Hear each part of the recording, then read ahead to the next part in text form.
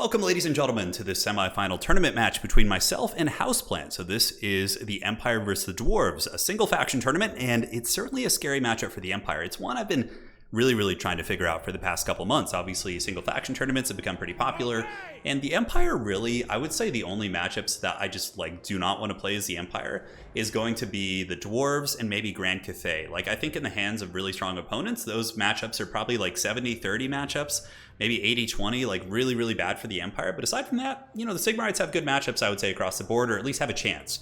Even if Vampire counts are favored, I feel comfortably with really clean play, I can win that matchup, but I've yet to crack the code on the Dwarves. However, guys, we're here trying to do it against Houseplant. Will I be able to do it? Hellstorm rocket batteries, I think, are a staple. These things just absolutely annihilate the Dwarves, especially on a map like this where line of sight is an issue, so we can get good damage on them. But this is a weird tech. I have a feeling it might be good. It's a mobile Hellblaster that if the Dwarves just go for the Dwarven Tide, I feel like maybe I can outmaneuver them, get this thing in position, and just rip good high-value shots all day. So we'll have to see how the Black Lions do. Now, aside from that, we got Halberds. I figured Halberds have good melee defense and armor piercing. Yeah, the anti-large is irrelevant against Dwarves, but Greatswords are just too expensive. If you bring them, they just get wrecked by shooting, and you really feel bad about it. But Halberdiers, even if they get shot up, they don't cost that much, and they do have armor piercing, so...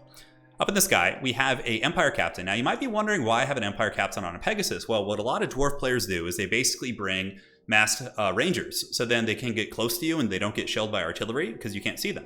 So bringing a Scout, just like a Empire Captain, to move up and see where they're at, it has been very good for me. Jade Warrior in the back with Dwellers below, and that is it.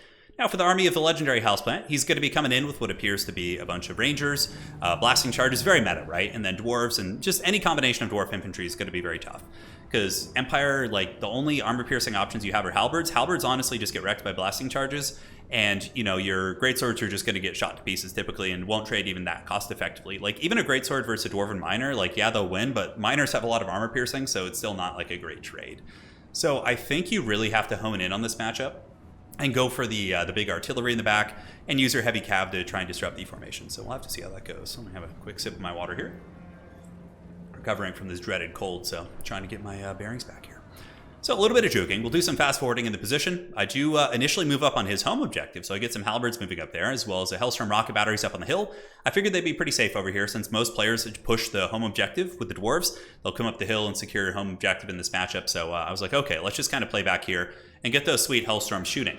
So immediately we're able to get some decent salvos in. We kind of hurt these Dwarf Warriors a bit, and I do discover his Rangers. So the initial scouting has paid some dividends here. You can see we see these guys. Oh, look at that. Friendly fire, dead. Okay, that actually has a little bit of friendly fire in it. That's really cool. So shout out to Clisson for the mob. It's awesome. Empire Knights maneuvering, and the Black Lions weren't able to get good line of sight up there, so big blunder. I should have just had them down here, moved up, and shooting his stuff. Could have gotten quite a bit of free real estate, but again, it's my first time using it in this matchup, so you gotta learn these things one day at a time. So Thoric is coming down here, and in response, I'll be summoning out the Silver Bullets to try and put some hurt on them. I do get the 2 objective cap on the Dwarves initially, so I'm like, okay, this isn't a bad start. But the Dwarves do summon out 2 Great Weapons. I was like, oh boy, because a Dwarven Great Weapon will probably defeat an Empire Knight in a straight fight. As well as, I don't know about a Halberdier. That's an interesting one. I feel like a Halberdier might beat a Dwarf Warrior Great Weapon, but I would need probably 2 of them to defeat these numbers. We'll have to see.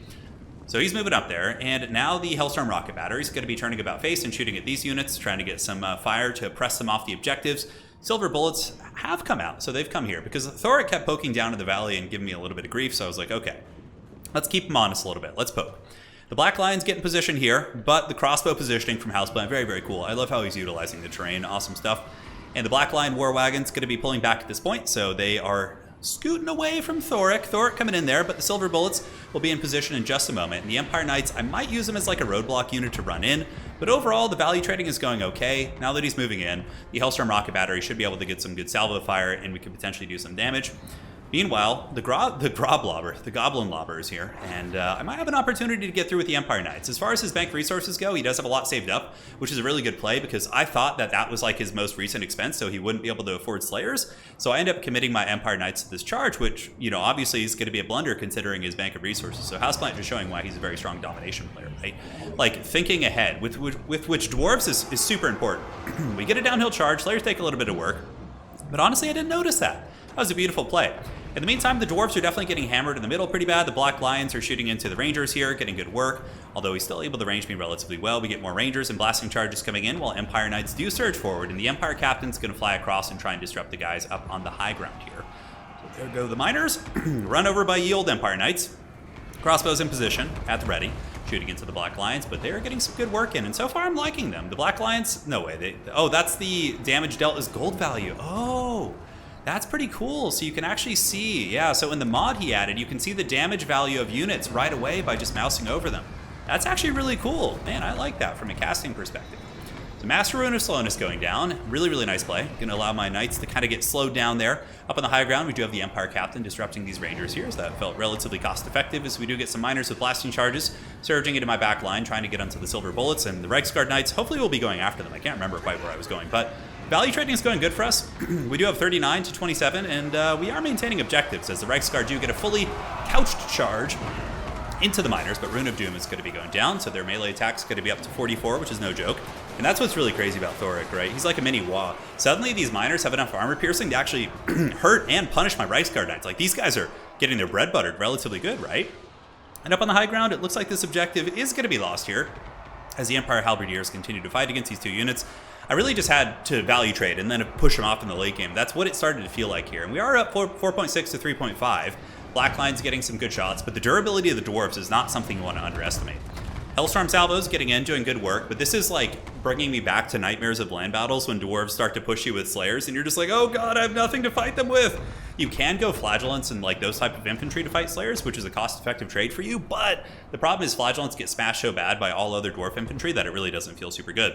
In the back, Dweller's Blow going down, that's going to be hitting these Quarrelers, should be pretty good. We do get a couple Empire Knights back as well. They're going to be surging up to the high ground looking for freebies, and they do find some. We have these Rangers as well as these Rangers here, so we'll see what we can get done. In the meanwhile, Reiksguard Knights continuing to push into the front, and Empire Knights are back, and we are being pressed. The Dwarfs do now have a triple cap. If we look, they're going to be winning in about 6 minutes if they do manage to hold the objectives. I did get a point lead initially, but this is kind of what always tends to happen to me in this matchup, is that like initially you get the objectives, you go up in value, but the longer the game goes, the Dwarfs just start to get more and more progression against you. But we'll see. Black Lions are being pushed back now, and this is a really cool tech. I love how he brought Gyrocopters, Brimstone guns. They do have the anti-large shooting units here. So they're going to be very, very good against the Black Lions. And I have grenade launchers coming out, getting a little bit desperate at this point, starting to throw grenade launchers out on the map to just shoot at whatever infantry I can and clear them off. But with the Brimstone guns shooting at the Black Lions, dude, I don't know if he was expecting this, but this is like a really nice tech against my war wagons, like a really, really nice tech. In the backfield, you can see my two armor-piercing shooting units, which are a staple in this matchup. The Silver Bullets and the Sterling's Revenge, trying to hold back the Dwarven Tide. The Empire Knights coming in with a glorious shining armor charge, which is very cinematic. I certainly love that. But they really don't do that much damage. The Dwarves are like, I don't give a shit, dude. I'm good.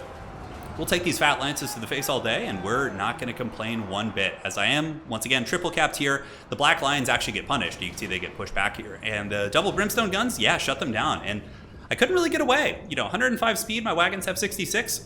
I don't have any anti-large shooting or anything to really handle these gyrocopters up in the sky. So it felt kind of bad. Like I couldn't really deal with them. Platypus really just thinking, Houseplant, just thinking so far ahead in terms of the strategy.